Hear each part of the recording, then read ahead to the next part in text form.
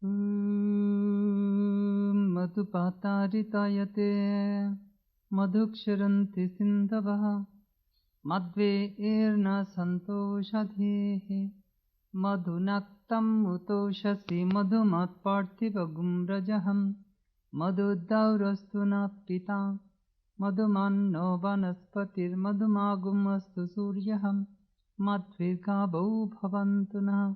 Om Shanti Shanti Shanti. May the winds blow sweetly, may the rivers flow sweetly, may days and nights be sweet to us, may the trees and plants be sweet to us, may the dust of the earth be sweet to us. May all beings be happy, may all beings be peaceful, may all beings be blissful.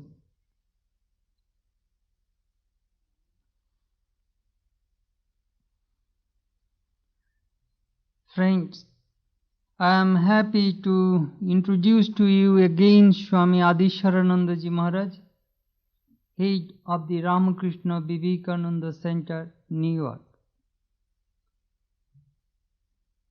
The Swami was a very good writer and a wonderful speaker and a successful editor of the Prabuddha Bharata. Swami came to this country in 1968 as an assistant of Swami Nikhilananda, and after his passing away, Swami, in 1973, Swami became the head of that center. It is our golden jubilee, so we invited him to come, and he is very kind enough, cancelling his whole program. He has come to our center to participate our golden jubilee. Swami gave a wonderful talk in the afternoon, in the noon, and this evening his topic is living in the world of reality. Swami Adiswarananda.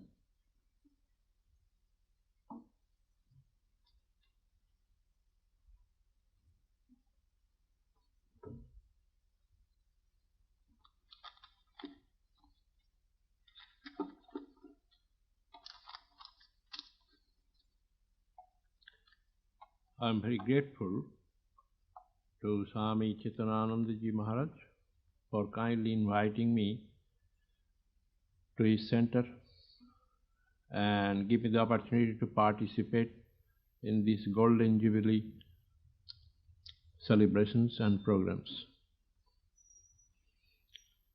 Swamiji is always very kind. In India we work together, and we have many memories of being together. So by coming here, apart from participation in the program, I got the opportunity to revive and reinforce my old memories of my brother and to see him.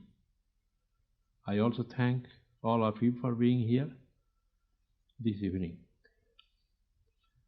The subject is living in the world of reality. It will center around the question, the problem of suffering. First point we need to focus that life is not what it appears. An ancient sage was asked once, what is the meaning of life? Why are we born? Why we die? To that he said, the meaning is a person is born, he lives, he dies. It appears different, though. Another great teacher said that man is born crying, he lives complaining, he dies disappointed. Indeed, we cannot deny the fact. The poet tells us in different language. Those of you know Gray's elegy tells us life is, don't tell me not in mournful numbers, life is but an empty dream. But the philosopher in Shakespeare, he talks in a different way. Life is a sad tale told by an idiot, full of sound and fury, signifying nothing. Perhaps Shakespeare's philosopher is right, because he knows, perhaps he has experienced. We begin our life as optimists. Average person after the age of 30, he or she thinks he or she is immortal.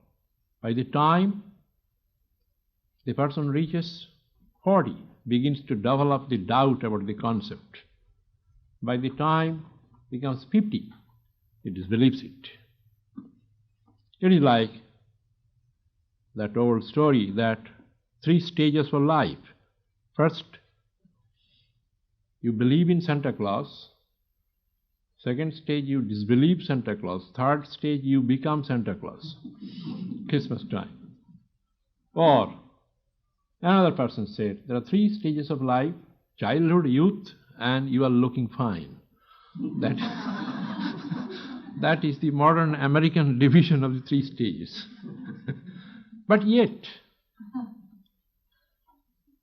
the philosopher of Shakespeare's character tells us that it is different. It is a tale told by an idiot, full of sound and fury, signifying nothing. Hence the story goes, the flow of life. What is the meaning? We are born, we live, we die. Our optimism turns into pessimism, hope into despair, fulfillment into disappointment. St. Louis is in the Mark Twain country. Mark Twain said that if a person, when he reaches 48, if he still continues to be optimist, he has known very little about life. And if before 48 he develops pessimism, that means he has known too much. There is a great element of truth. Bhagavad Gita tells us life is a battleground of 2 forces, desirable, undesirable. What we want, we do not get. What we get, that is not enough. Even when we get enough, we feel we are unhappy because our neighbors have more than what we have. The great Buddha said that the tears which fell from human eyes, if those tears could be kept collected from the beginning of creation, it would exceed all the waters of the ocean. The message is, there is sorrow, suffering. This is great Buddha's first noble truth, that there is sorrow and suffering, that there is a cause of suffering, that this malady is curable, and the noble eightfold path he suggested as a remedy. Like a physician of the soul, first made a diagnosis, then came prognosis. Prognosis is, case is not hopeless, it is curable. If the case is hopeless, then we do not need a doctor. Then the cure, that there is sorrow. He said that this is a noble truth. Why? Why to know this noble truth? Because we discover, the Upanishads tell us that it is a place where it's a mixture of truth and reality, twilight. The good and evil, Bhagavad Gita points out, they follow each other. That is, happiness and misery, light and darkness, birth and death, health and disease. One follows the other. Sorrow is the message. Then question comes, why we suffer? If sorrow is the message, what can we do about it? Now, usual responses, before we go to this question, usual responses of the average mind to the question of suffering is giving in to hopelessness and despair, which is a form of escape, or escaping downward, giving up, quitting. The fox in Aesop's fable said grapes are sour, therefore he quit. Third is escaping sideways, rationalizing it, cultivating art, architecture, aesthetics, not thinking of the question, avoiding. The first one, despair and hopelessness, we weep and wail. Answer does not come. Shankaracharya in his Question of Discrimination tells us that until the truth is known, even in billions of years, there will be no end of sorrow. Bhagavad Gita tells us this is Maya Durattaya, difficult to cross. Buddhistic literature tells us that this is sorrow. It is in the beginning, in the middle, in the end. Sky is overcast all the time, occasional flashes of sunshine. Yet we are quite contented and happy. So response is, those who give in, they break down. It's a form of committing suicide. Give up. Those who give up, they're haunted by it. It is the usual rule. Anything which you crave for and you give up, you will be pursued by that very thing more. When a desire is suppressed or repressed, clubbed down, it goes underground or in the background and starts guerrilla war. Because it heightens the awareness of the object craved for. So that is also not giving us a solution. Escaping sideways, rationalizing it, it does not help. We may do not want to face the question, but the question does not leave us. Examples of rationalization in modern times, in modern societies, we do not like to say, call spade spade. When a person gets a little elderly, we do not want to call the person old. It is blasphemous, seditious, and an ugly word. You call the old person senior citizen. We call the lavatories as restrooms, as if there are sofas, couches are there. Then also, in modern times, the word senior citizen is also not very likable word. They have come up with an improved version. Citizens of longer living. That gives us some feeling. We do not want to face the question. Death, if you talk about it, people will think you are morbid, pessimistic. People wear t-shirt with smile. We want. If you ask a person, even when he is miserable, he will say, I'm fine. I'm awfully fine. We exaggerate our terms to forget. Until recently, even when a patient used to die in the hospital, doctors used to tell, you are looking fine, you are making progress, you look brighter. Often they give hope. Oh, in 3 days, you will get out of the hospital and you will go, but does not say where you will go. into the morgue or home. That part they keep quiet. Now they have come up that no, you spell the thing out in the very beginning. Why?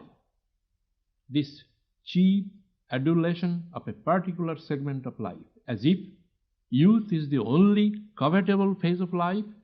Childhood has no meaning, middle age has no meaning, old age has no meaning. That is a concept of our modern industrial culture. Either you must produce utilities or consume utilities. If you are not either, you are no better than a tissue paper to be thrown away. Values are judged in terms of material attainments and possessions. So therefore, none of the three escape routes really help us escape. What we can do then? If giving in is not possible, giving up is also not possible, escaping is also not possible, Vedantic literature tells us, face it, face the brute. Question comes, why we suffer? One question is luck. That which is fated cannot be blotted.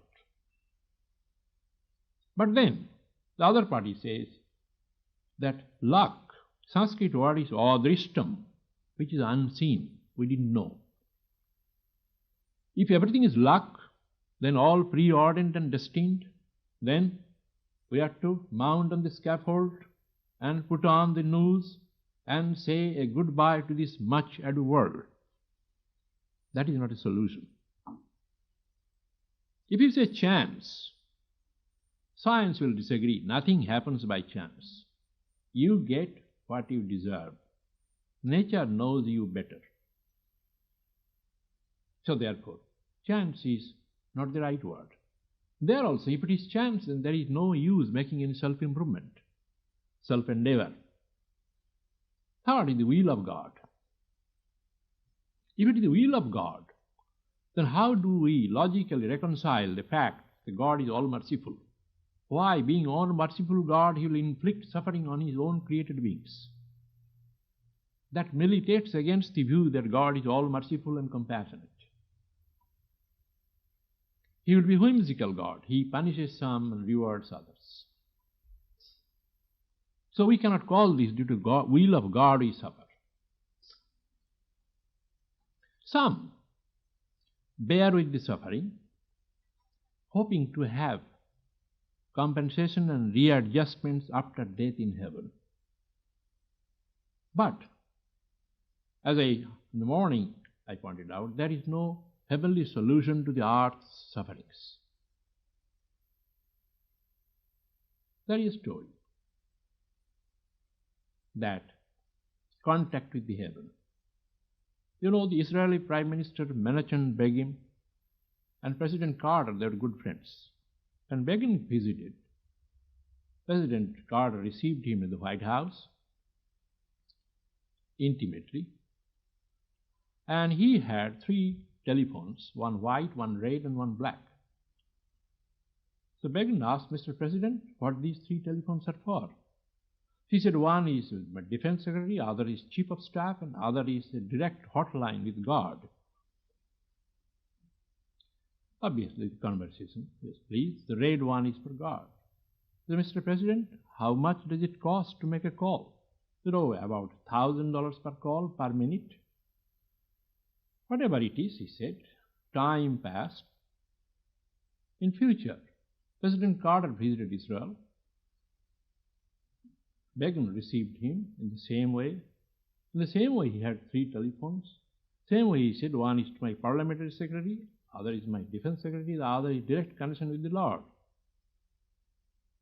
He said, Mr. Prime Minister, how much does it cost per call? He said, 50 cents per minute. He said, Mr. Prime Minister, what do you say? In America, everything is so expensive. Begin said, Mr. President, you're forgetting, this is a local call. And you are... Your call is a long-distance call. But I am in Israel, in Jerusalem. This is a local call. So this local call, or long-distance call, does not help. even being nearer to heaven, nearer to the great temple of truth.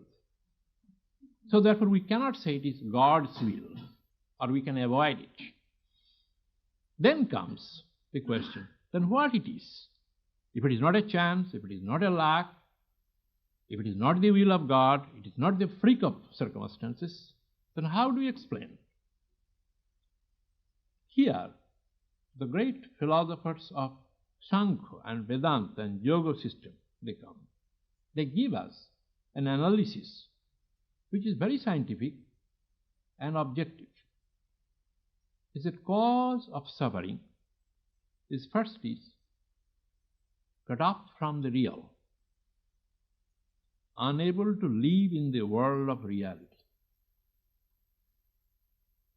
The first, it says avidya. Avidya means blocks off the view of reality. Avidya brings into the picture or manifests itself in the second as ego, exaggerated ego. Osmita, I consciousness. I.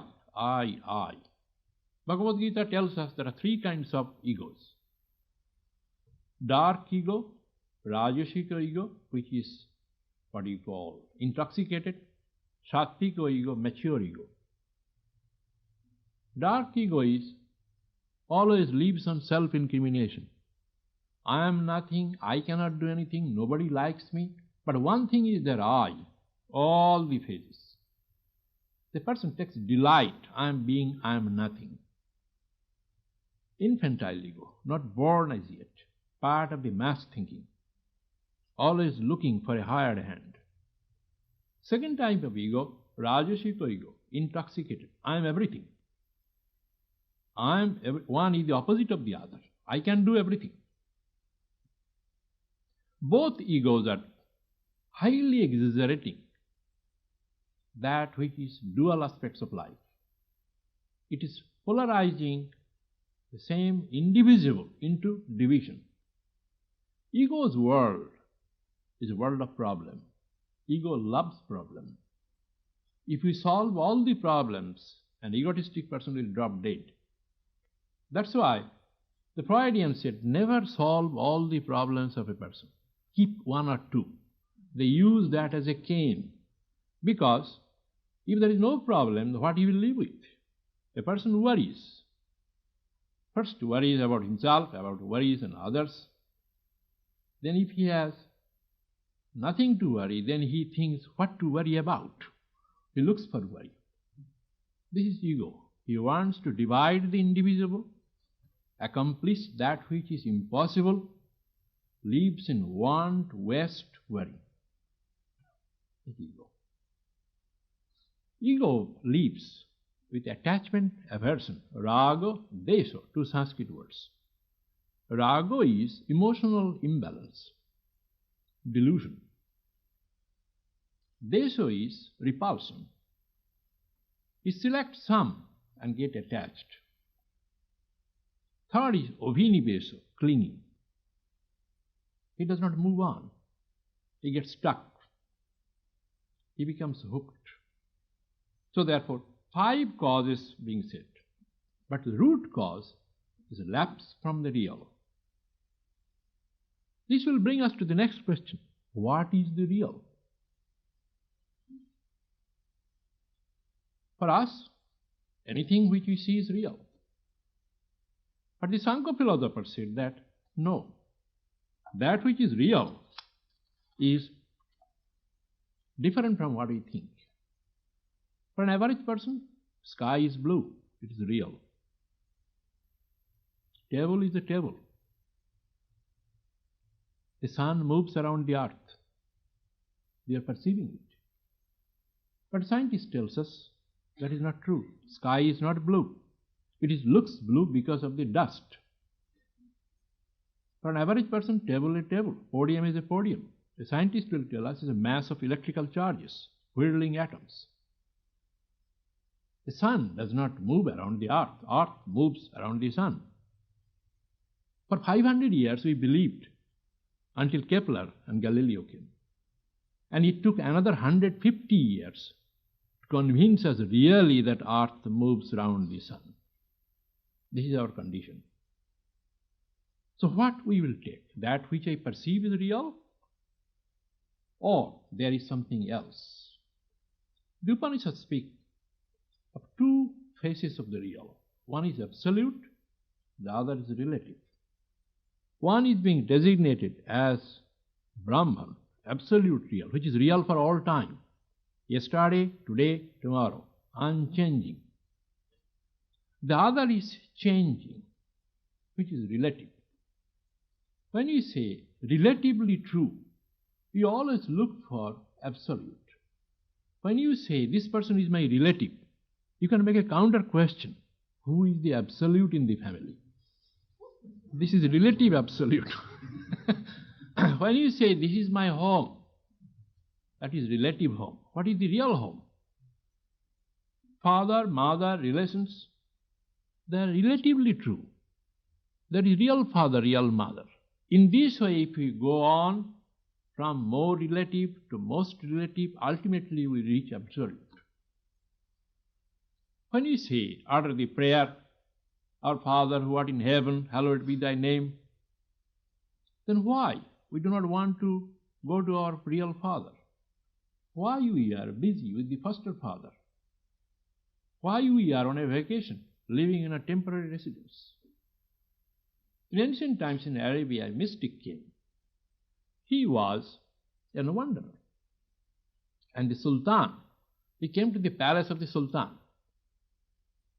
And he was wearing rags, dirty looking. He sent word to the security men that whether His Majesty would allow him to spend one night in this inn, like motel. Sultan, when he heard, he became furious that this man dares call this palace an inn or a motel. Bring him, I'll punish him. When he came, he said, you dare call my palace an inn? He said, Your Majesty, may I ask you a question? Who used to live in this palace before you? He said, my father. He said, before him, my grandfather. Who will be here after you? He said, my son. He said, did I say anything wrong? Nobody is permanent in this palace. Everybody comes, lives here for temporary time, and goes away. Is it not an inn or a motel? Similarly, if that is temporary, what is my permanent home? Permanent home is where you don't have to change. You won't be threatened by the landlord, 10% increase in rent, and so forth. In this way, the reality has two faces. One is absolute, the other is relative. Relative is a mixture of absolute and little imagination. How do you divide the indivisible? Times, how do you count time, which is timeless? How do you dissect that which is incorporeal and immutable? There is no way. Only there is one way, by imagination. Nobody can stop you from imagining. So therefore, this imagination is called relative. When imagination and reality, they mix, they bring the relative world. Imagination, another name of it is called fantasy. Another name of fantasy is desire. Desire is a very basic ingredient of life. If we don't have desire, there is no embodied existence. Fantasy or relativity is for enjoyment. In absolute, there is no enjoyment. It is all God, all true, all perfect. If all of us become perfect, that will be the end of the world. Swami Vivekananda says, if we all attain perfection, from the next moment we will be like Egyptian mummies, lying in glass cases, looking toward each other, nothing to say. That's the perfection. end of the world. So absolute cannot be enjoyed. But life requires enjoyment. So the relative came. From out of timeless, we invented time. And out of spaceless, we created space. Movement, measure. All the things came. How? By imagining and putting a name and form. Purpose of relativity is enjoyment, which the Upanishads call, and other texts, Maya, is delusion. Delusion is forgetfulness of one's own nature. It is normal for an average person daily, once in a while, to forget, become foolish. To become fool once or twice daily is normal. But if a person is fool all the time, he is a damn fool if he forgets about himself. So therefore, it says we cannot afford to be damn fool. Little foolishness, called delusion. Hence it comes. The core question of life, and to answer to the question of suffering, is how to deal with delusion. Fantasy. Fantasy we need. If it is too much, we end up in the lunatic asylum. If it is too little, then you become a mystic wrapped in silence, in contemplation. You cannot be used for the world. But to keep the world going, we need both charlatans and fools. So therefore, we have to bring both. How can a person become foolish? So delusion comes. Delusion is desiring, weaving dreams, imagining. Some of the facts of life, it is like a magical show. When you go to a magical show, we do not expect the real there. What do we see? Is it unreal? No. We buy a $25 ticket, we go there, magician with a chainsaw is hacking a woman into two pieces. We see Shiva scream. What is that we see? If you say that is untrue, then you would not go to see the magical show in a magical hall. You can imagine at your home, sitting in your parlor, close your eyes. You cannot say that is true. If it is true, you would not buy a ticket to go to and watch a murder scene. Then what it is? It's a twilight of reality and fantasy, imagination. That makes it enjoyable. Another example. I invite you for a dinner. Instead of serving you different menus, I kept few pills.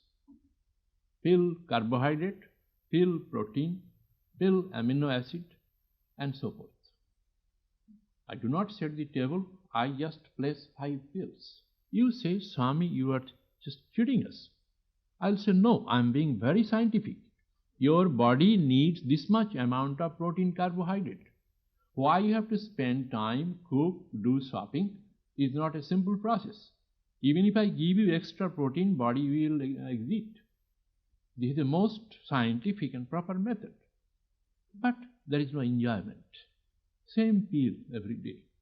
But next time I give you, instead of giving you protein, I give you tofu, chicken, same protein you are drawing today from this source, that source, this source, it becomes enjoyable. What I am doing it? I am changing form. Body is receiving the pure protein. And that has nothing to do with the soybean or tofu.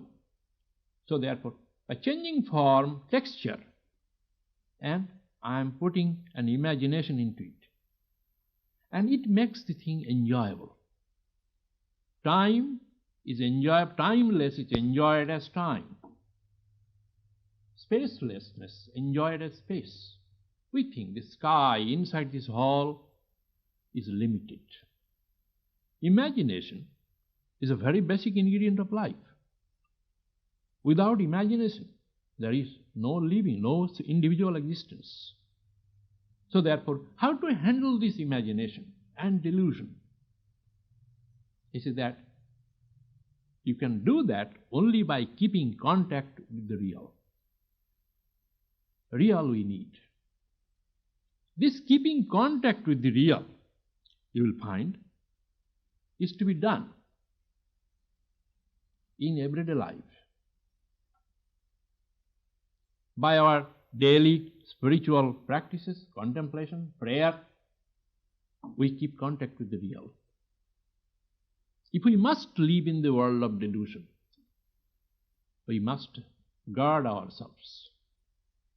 Maya has power. Maya, when cut off from the real, relative, when cut off from the absolute, it becomes destructive. Time, when cut off from the timeless, it is tyrannizing. If I must live in the world of delusion, half-truth, I must keep in contact with the absolute, which the different texts tell us God. But simply by thinking does not do. Living in the world of delusion, we become hooked to it.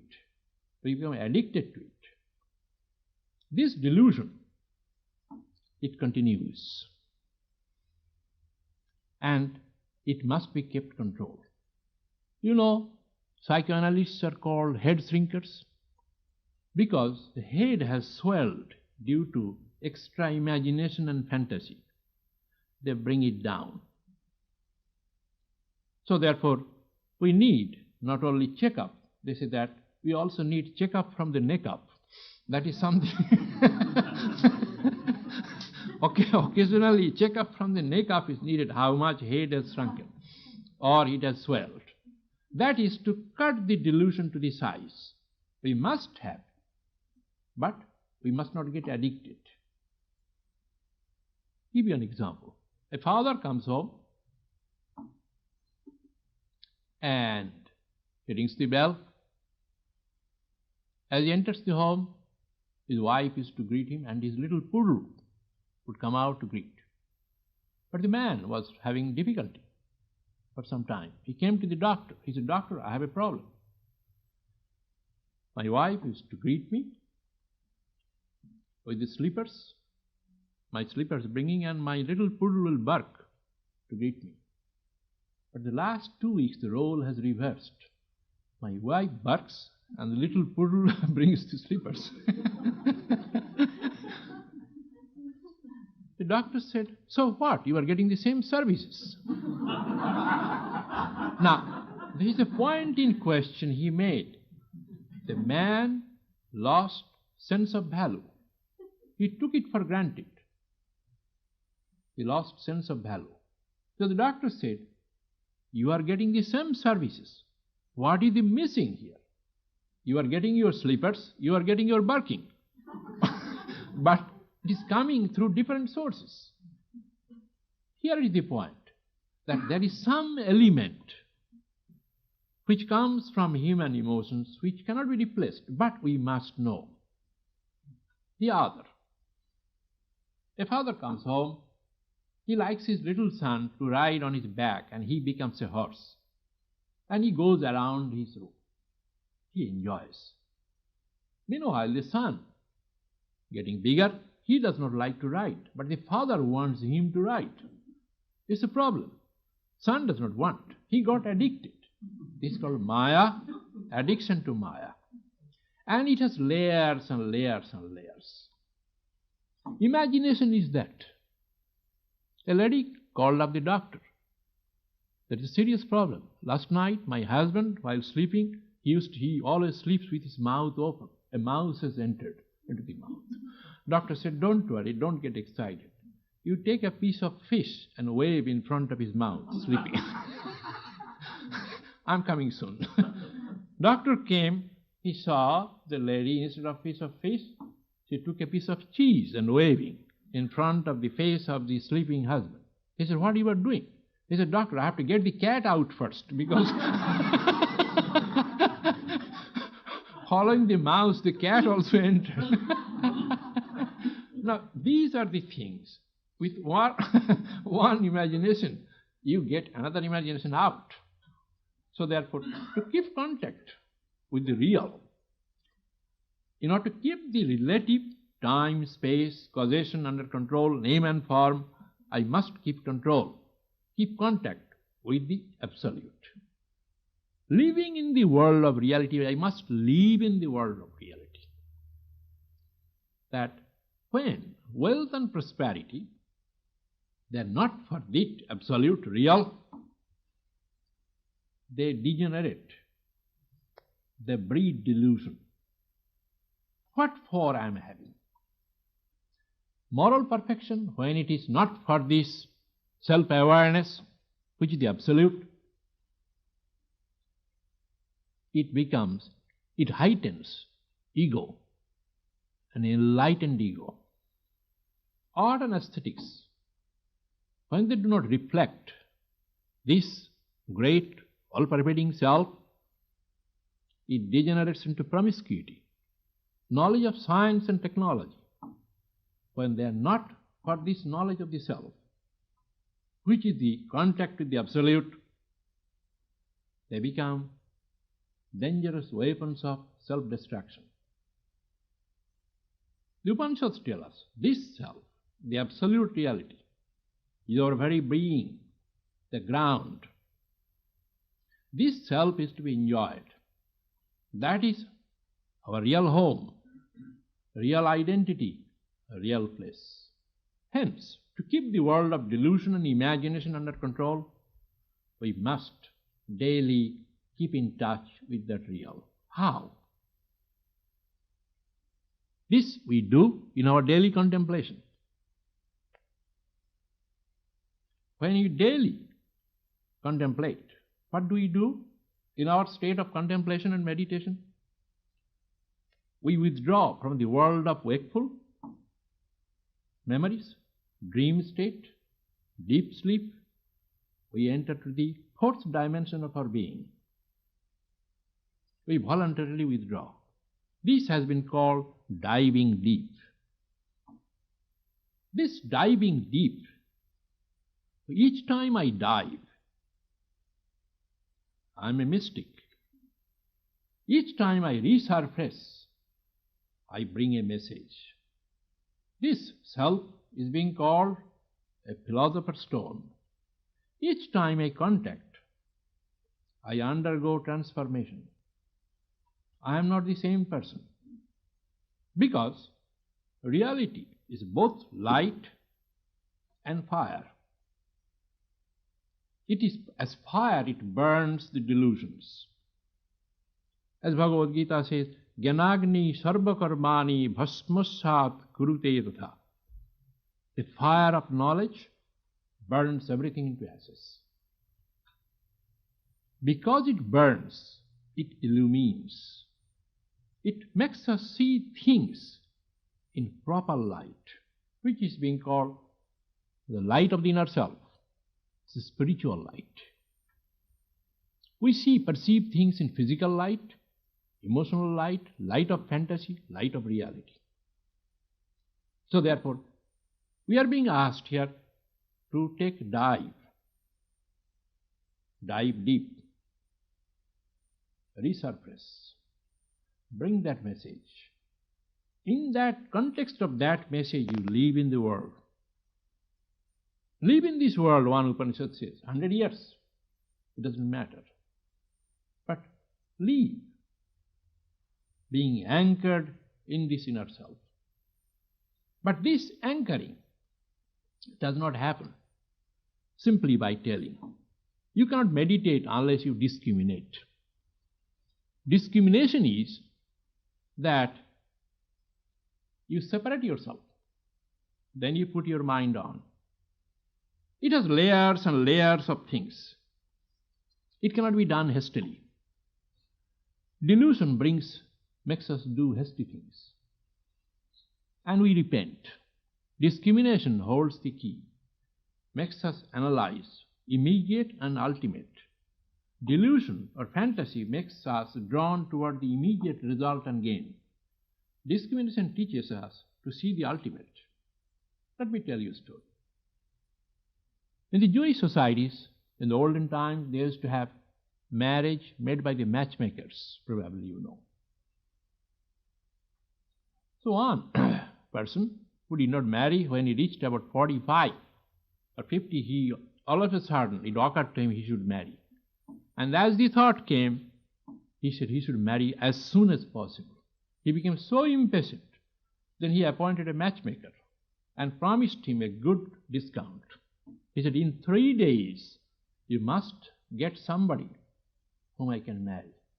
If you can bring somebody, select in 3 days, you get 60% commission. For each successive day, you will lose 20%.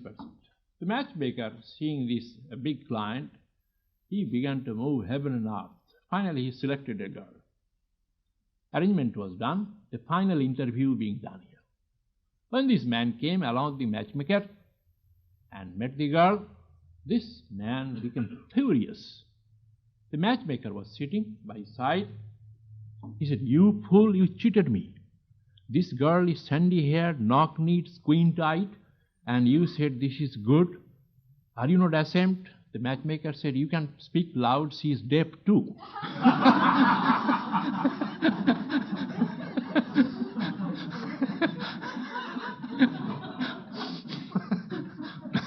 She is deaf too, you can speak loud. So this is called hastily being drawn by delusion. So there he is unable to discriminate. So therefore he was going to be a victim. So therefore delusion is kept under control by knowing this thing, keeping contact to the consequences, the ultimate. So dive deep, it is being said. If you say it is difficult, I will say you have to do it.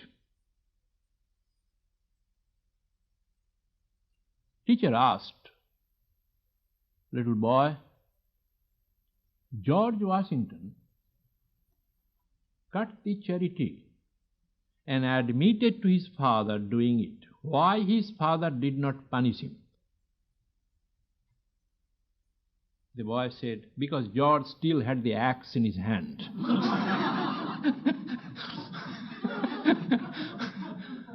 Now here he is answering from his point of view. So similarly, when the mind goes toward delusion, we can tell the axe is there in the hand. The threat of the immediate and the ultimate, the pull of the immediate, the threat of the ultimate, hold the balance. So therefore, if you are to live in the world of reality, you must live first in you. World of reality is there outside, but you see, perceive things according to what you think of yourself. Do you think the real in you? Because in what level you live? Physical level, mental level, emotional level, or spiritual level? Two things are there to know, evaluate the value of a philosophy. Desire and death. Desire, how to keep them in right size. And death, how to face. Abhayam, Sanskrit word, fearless against death, is the measure of success of a spiritual doctrine. Overcoming fear. About the fear, a Bertrand Russell will say, well, this is inevitable, we must accept it. A Zeno, he may show apathy. A Schopenhauer, he will say, this is a logical necessity. But life is not a cold logic. A Omar Khayyam will say, why think of death when there is so much sweetness around? The Freud will say, why sitting in a blind, dark lane, weeping and wailing where there is nobody to answer? Accept the inevitable. Vedanta says, none of these are really facing the question. You face it. Who dies? What is death? Why death is so much threatening? Because you have not prepared yourself for it. You avoided thinking of death until the age of 60. Society told us not to think of it. That is morbid. Then, after 60, all the thoughts piled together, they're coming in big volumes. Nobody told us to get prepared. I am overwhelmed. So therefore, death and desire, which is part of the relative existence, they must be faced. Death is a change. Death is a creative crisis. We are dying every day. In our ideas, in our physical particles, in our blood cells, red cells, we are dying. This, when we learn, make death as part of life, it becomes enjoyable. If we avoid that, it will be a threat. When you discover that I am separate from myself, different from my mind, different from my thoughts, I am pure being, then death applies to the body, mind, not to the self. Only by this it can be avoided. Anything in this world which is loved, coveted, cherished, not for the sake of self, Upanishad says, that will be the cause of sorrow. The great Yajnavalkya telling, a woman sent Gargi, Gargi, a mortal creature, being born, who lives without knowing the imperishable, returned to the world of perishables again and again. In the Katha Upanishad, death telling Nachiketa that what is here, that is there. That is, what is here on earth, that is there in heaven. One who does not know this self, again and again comes to my sway. The Katha Upanishad gives us the analogy. Atmanang rathinang viddhi, sharirang ratham evetu, buddhing tu sharathing viddhi, manah pragraham evacha. This body is like a vehicle, chariot. This Atman is a master. It is running on the highway of sense objects, and it is drawn by horses which are turbulent. Buddhi, discriminatory intellect, is guiding it. When the horse is strong, the intellect, discriminatory intellect, that is, who can discriminate between the immediate and ultimate, unless it is strong, it will never reach the destination.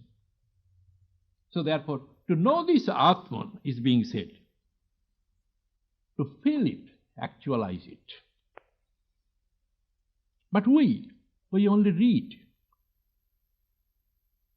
varieties of books. Upanishad is telling you must dive. You must contact the real. You must not read about it only. A man came to a doctor's office. Doctor examined him. He said that in my whole life I never saw such a dirty, smelly person coming to my office. Get out from here. Why did you come here? He said, well, it's so funny. My country doctor also told me like this, that I'm smelly and dirty. He said, why did you come here? He said, I just wanted a second opinion. Now, this is also our habit. We are collecting second opinion, but simply opinion is not realization. I must do it. So therefore, if I am to live in the world of reality, kindle the fire inside you. The fire of self-awareness. Kindle that fire. Second, keep that fire going by feeding it with fuel. What is the fuel? Self-control, austerity, charity, compassion to living beings. These are its fuel. By these fuels, this fire is kept up. Here you see that lamp is burning. That is the symbol of that self-awareness. It is said in one text, when the mountain is on fire, all the birds and beasts who live in that mountain, they leave that mountain. Similarly, where this light of self-awareness has been kindled, all delusions will leave that place. They cannot remain. Because as a fire it will burn, as a light it will illumine. So therefore, kindle that fire. Feed that fire daily. Each time, day, when you sit down to pray, meditate, you are really feeding that fire with fuel. You read in the Upanishads, worship of fire, that is that fire. Fire is the symbol of self-awareness. Then, maintain or balance your spiritual budget if you want to live in the world of reality. Our daily contact with the world of imagination, fantasy, we have to do. Sometimes for the sake of job, this is the world of fantasy. Living in the world of fantasy, we completely become lost. If you talk too much with people for whom desire is up to the throat, ambition is God, money is worship, you will imbibe those things, you will be infected. How do you immune yourself? You budget. If you talk with those people, you need to daily talk with some people who say, no, this is false. That is not true. We need to mix with level-headed, pure, moral people in our daily life. That is called budget. If I talk too much in other things, I need to chant something reminiscent of the self, which is called, the Sanskrit called mantras. Mantras are nothing uncommon. Everybody is uttering mantra. Some uttering money mantra, some uttering food mantra, some luncheon mantra, dinner mantra. If I must, this mantra must counterbalance. So therefore, thought, word and deed, that habits, delusions of the body must be meted out with counter-physical habits. Words should be controlled by words, teeth by teeth, thought by thought. In unified way, this contact with the real. In India, there is a proverb that if you are a school teacher for 12 years, a person who is a school teacher for 12 years, he becomes a donkey. Now, I asked a very knowledgeable man in India that why this is so. He said to me that if you remain with students of lesser flight of mind, kindergarten, your flight of mind become what he called depleted. If you move around with people always saying yes, yes, yes, flatterers will never tell you right, hesitate, you do not know where you stand. So therefore, they lose the flight of their mind. One of our devotees told me that she left the job on the 11th year, hearing that proverb, and became afraid that after 11 years job as a teaching.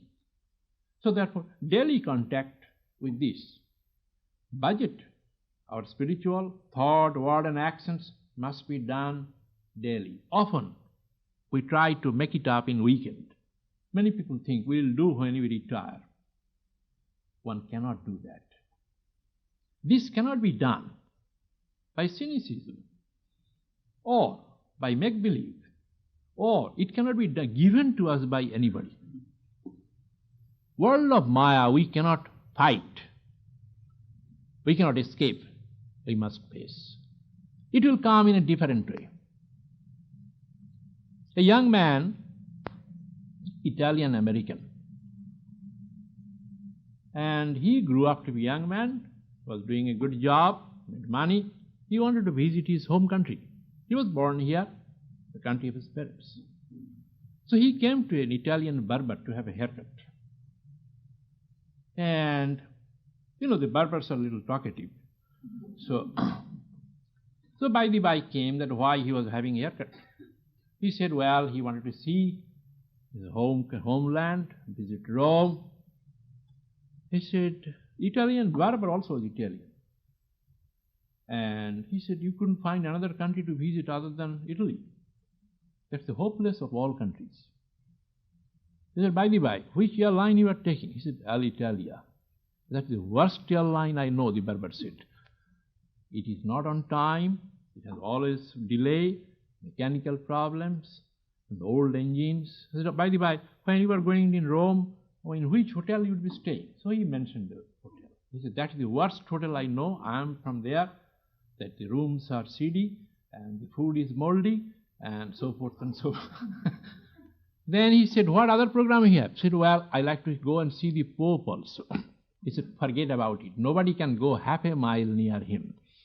And you made a very wrong choice, and you will realize and repent when you come back, and I will be the witness. However, the young man had his haircut, went on a trip. After about a month, he came back when he needed second haircut. He came to the barber. Barber was with glee waiting. He said, how? He said, no. Alitalia was a very fine airline. It was on time. The food was good. Waitresses were pleasant. He said, how about the hotel? He said, hotel also charges much less and very cordial. He said, by the by, did you ever get to see the Pope? He said, yes, I went, although it must struggle. And I went near the Pope. Fortunately, that day, I prostrated myself, and then Pope embraced me and but whispered into my ear, son, my son, who gave you this lousy haircut?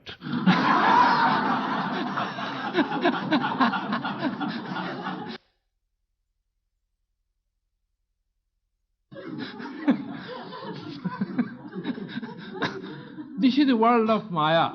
This man was trying to cut off everything. Maya came back in a back door. So Vedanta says, if this is the world of Maya, know Maya as a mask of Brahman, mask of God. If you forget that, you'll be a victim to this. So long you know the mask of God, the mask of Brahman, Maya is disarmed. Christ said, those who live by sword are perished by that sword. Vedanta says, those who live by false images, they die in unmaking that false image and making it true. World of reality, it is always real. To balance between the world of fantasy, imagination, desire, and the world of absolute, that is the goal. When the relative world is known as a reflection of the absolute, this very earth turns into heaven. Good and evil, their polarization disappear. As Sri Ramakrishna says, that which was appearing as a framework of delusion turns into a mansion of mirth. Thank you very much.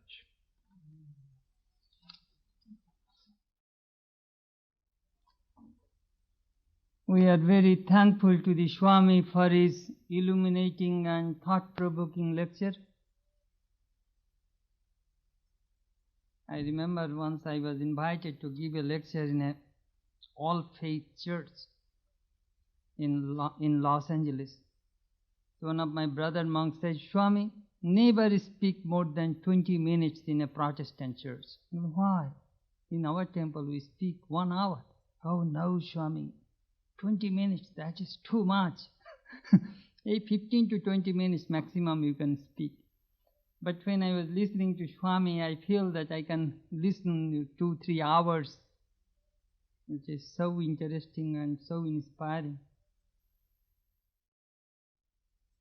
So I thank you everybody to come and listen to the Swami. Thank you. Good night.